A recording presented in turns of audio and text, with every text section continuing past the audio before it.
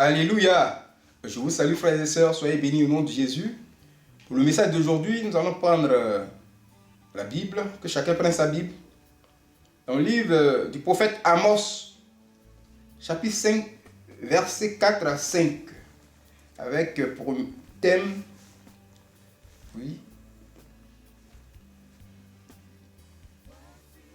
cherchez-moi et vous vivrez. On va lire la parole de Dieu pour comprendre pourquoi Dieu demande à ce qu'on le cherche. Amos chapitre 5, verset 4 à 5. Car ainsi parle l'Éternel à la maison d'Israël. Cherchez-moi et vous vivrez. Ne cherchez pas Bethel, n'allez pas à Gilgal, ne passez pas par Beersheba, car Gilgal sera captif et Bethel anéanti. Cherchez-moi et vous vivrez. Alors, le prophète Amos est un envoyé de Dieu. Et ça, c'est une bonne nouvelle, mais il y a quelque chose qui ne va pas. Dieu et ses enfants, le peuple d'Israël, c'est Dieu qui les a choisis. Comme il a dit, il dit que je vous ai choisis, vous tous, parmi toutes les familles de la terre. Ça, c'est Amos 3, verset 2. Il a dit clairement, une fois que Dieu te choisit, Dieu t'a choisi. C'est une alliance éternelle. Oui, tu ne peux pas te dérober à ça. Et voici quand Dieu est avec son peuple et constate que quelque chose ne va pas au niveau de ce peuple. Le peuple s'est éloigné de lui. Oui, alors Dieu va envoyer son serviteur Amos. Donnez ce message. Cherchez-moi et vous vivrez. Alors, la vie est en Christ. Ici, Dieu qui parle, c'est Jésus. Oui. La vie se trouve en Jésus. Tu t'éloignes de Jésus, alors tu vas avoir des problèmes, des difficultés.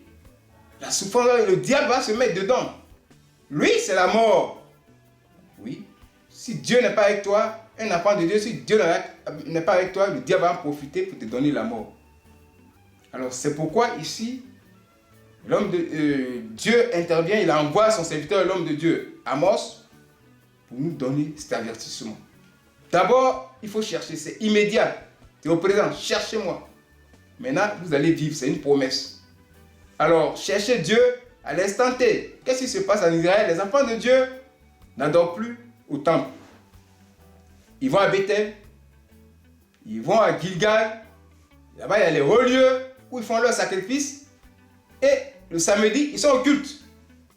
Vous voyez? Donc, Dieu les voit. Physiquement, ils sont là, mais ils ne sont pas avec Dieu. Et quand c'est comme ça, la vie est impossible. Ils ont commencé à avoir des problèmes. Partout en Israël, il y a eu, on ne peut pas lire tout le passage. Il y avait le désordre, l'oppression, la violence et la haine.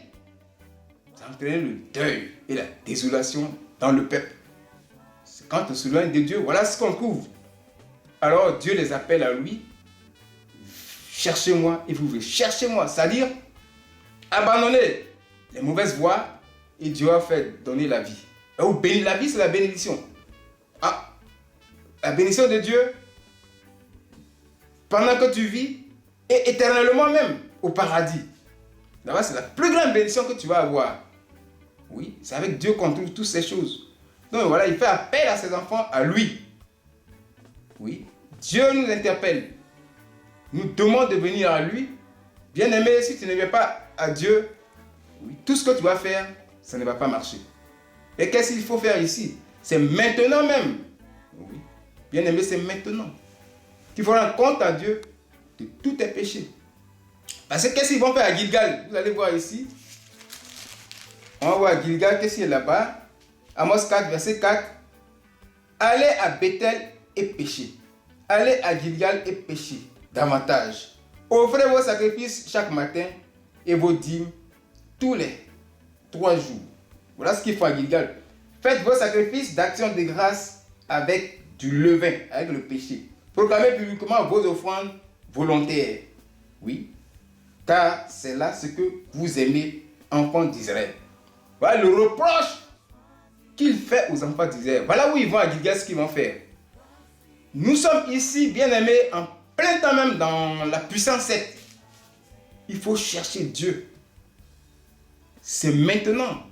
Bien aimé, il faut chercher Dieu. Prends le chemin de Dieu. Abandonne, oui, la mauvaise voie. C'est-à-dire, le désordre était en Israël. La vie des désordres. Oui. Le concubinage et cette vie qu'on mène même dans le foyer, elle n'est pas bonne. Il y avait le désordre. Ensuite, il y avait l'oppression. Oui. Écraser les gens. Parce que tu es le patron. Dieu t'a béni, tu as une entreprise. Les employés sont là. Et ils ne sont pas payés à temps. Et ces choses-là ne plaisent pas à Dieu. Tu vas avoir la puissance 7 et marcher dans ces choses. Oui. Payer les gens. Une paye qui n'est pas suffisante, comment il va se souvenir à ses besoins? Tu dois être une source de bénédiction et non une source de malédiction. C'est ça l'oppression. Il faut abandonner l'oppression. Il faut abandonner la marginalisation des enfants des autres qui sont chez toi aussi. Il faut faire du bien. Après l'oppression, en Israël, il y avait la violence. Oui, la violence conjugale. La violence à tous les niveaux. Il faut abandonner ces chemins-là. En Israël, au temps du prophète Amos, il y avait encore la haine, la rapine qu'on peut dire, la haine. Il faut abandonner la haine. En tout cas, il faut chercher Dieu. Et Dieu t'appelle à lui, viens vers Dieu et il va te faire grâce. Il va te donner la vie. La deuxième partie, c'est une promesse. Tant que tu n'as pas cherché Dieu, c'est là le blocage. C'est la mort même qui vient. Et partout en Israël, il y avait le deuil et la désolation. Oui, quand tu ne cherches pas Dieu, c'est ce qui se passe. Nous nous approchons de Dieu dans cette cérémonie.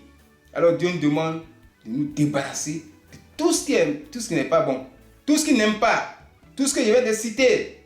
Bien aimé, oui, si tu es dedans, il faut t'éloigner. C'est le psaume 51, verset 6 à 8, qui est répété ici. C'est un psaume de repentance. Abandonner les mauvaises voies pour que Dieu puisse nous bénir davantage, puis intervenir dans la vie de chacun de nous. Tu peux avoir la puissance 7, mais si tu ne cherches pas Dieu, tu ne t'approches pas de Dieu, on s'approche de Dieu en se débarrassant de tout ce qui est péché comme il a cité. Dieu ne va rien faire pour toi. Il y a une séparation entre toi et Dieu.